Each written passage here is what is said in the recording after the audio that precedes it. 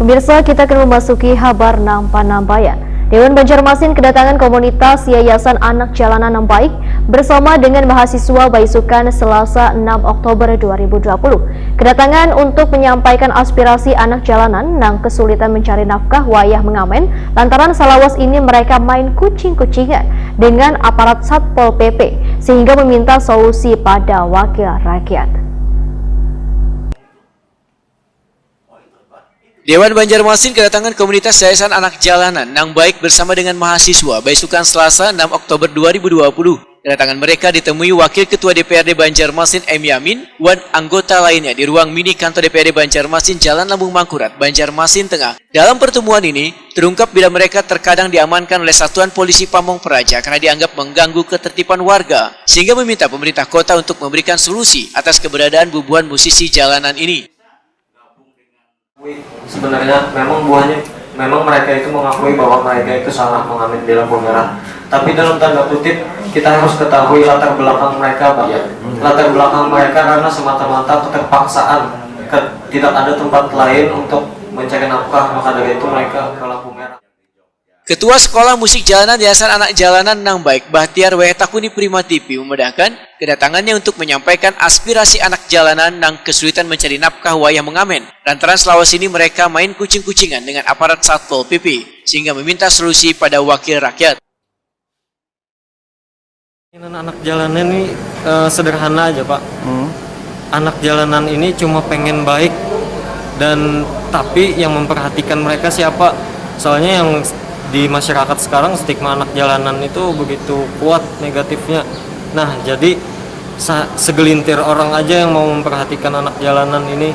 Nah, salah satunya yayasan-yayasan kecil, yayasan-yayasan mandiri yang ada di Banjar, dan yayasan yang menaungi anak jalanan pun terbilang sedikit di Banjar nih. Pada intinya mereka tuh sebenarnya pengen baik dan pengen dibina, tapi yang semua diperlukan mereka adalah support dari semua kalangan. Pemerintah, masyarakatnya pun juga. Nah, kalau yang musik di jalanan itu kalau memang ditertibkan, apa pendapatnya?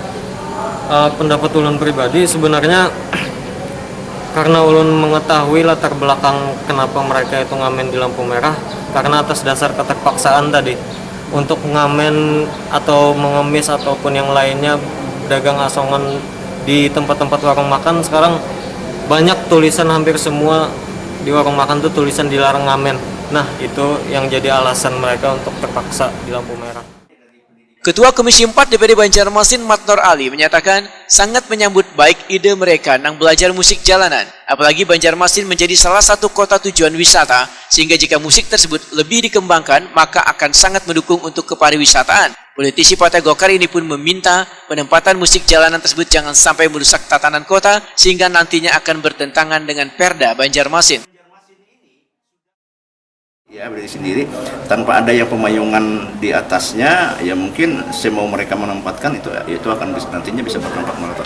Artinya mereka itu perlu diayomi, perlu dibimbing, perlu diberikan arahan. Tadi sudah saya katakan bahwa kalian ini bukan untuk yang pertama kali, yang terakhir kali, ya kan? Karena mereka tuh kan akan mengembangkan itu. Tetapi untuk yang sekian kalinya silahkan koordinasi kepada DPR. Artinya kalau ketika mereka tuh ada melakukan kegiatan atau lainnya, bisa koordinasi dengan DPR, kita bisa arahkan. Ini loh, ini jangan di sini, ini yang harus di sini. Seperti itu. Artinya perlu bimbingan pada mereka. Matnor Ali berharap keberadaan musik jalanan ini harus jelas struktur keorganisasiannya supaya bisa nantinya berkoordinasi dengan pemerintah kota, sehingga penempatan musik jalanan tersebut dapat teratur dengan baik.